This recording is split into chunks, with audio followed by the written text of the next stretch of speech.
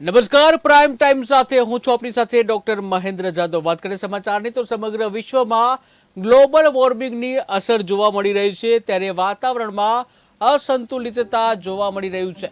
ઋતુચક્રમાં બદલાવ આવી રહ્યો છે અને તેને જોતા રાજ્ય અને કેન્દ્ર સરકાર પર્યાવરણની ચિંતા કરી રહ્યા છે।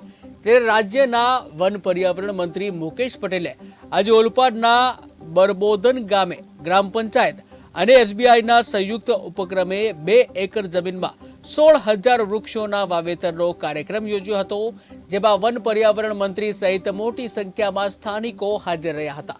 સમગ્ર વિશ્વ ગ્લોબલ વોર્મિંગના પડકારોનો સામનો કરી રહ્યું છે, ત્યારે ઓલપાડના બરબોધન ગામના સરપંચ અને ગ્રામજનોએ પર્યાવરણની ચિંતા કરી અને ગામમાં 2 એકર જમીનમાં 16,000 વૃક્ષોનું વાવેતર અને સંવર્ધન કરવાની શરૂઆત કરી છે, જેમાં વન પર્યાવરણ મંત્રી મુકેશ પટેલ સહિત ભાજપના આગેવાનો પણ ઉપસ્થિત રહ્યા હતા।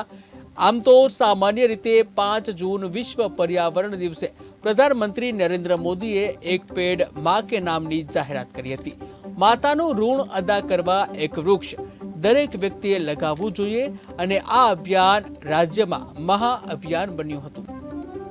સમગ્ર દેશની અંદર ચાલુ રહ્યું છે, ત્યારે દેશના વડાપ્રધાન મોદી સાહેબે વિશ્વ પર્યાવરણ દિવસે દેશના તમામ લોકોને આહવાન કર્યું હતું કે દુનિયાની અંદર સૌથી અમૂલ્ય સંબંધ હોય તો એ માનવ સંબંધ છે અને દુનિયાનો કોઈ પણ વ્યક્તિ માનવ ઋણ ક્યારે નથી ચૂકવી શકતો। એટલા માટે દેશની 140 કરોડની જનતાને મોદી સાહેબે આહવાન કર્યું હતું કે તમે માનવ ઋણ ચૂકવવા માટે એક પેડ માં કે નામનું વૃક્ષ દરેક લોકો વાવે અને ઉછેર કરે, ત્યારે આપણે આ એક માનું ઋણ ચૂકવી શકીશું। ત્યારે સમગ્ર દેશની જનતાએ આ એક આહવાનને જન આંદોલન બનાવી દીધું છે। ગુજરાતની અંદર 16 કરોડથી વધુ વૃક્ષો વાવી ચૂક્યા છે। સમગ્ર દેશની અંદર તમામ રાજ્યોમાં પણ આ એક પેડ માં કે નામનું અભિયાન ચાલી રહ્યું છે।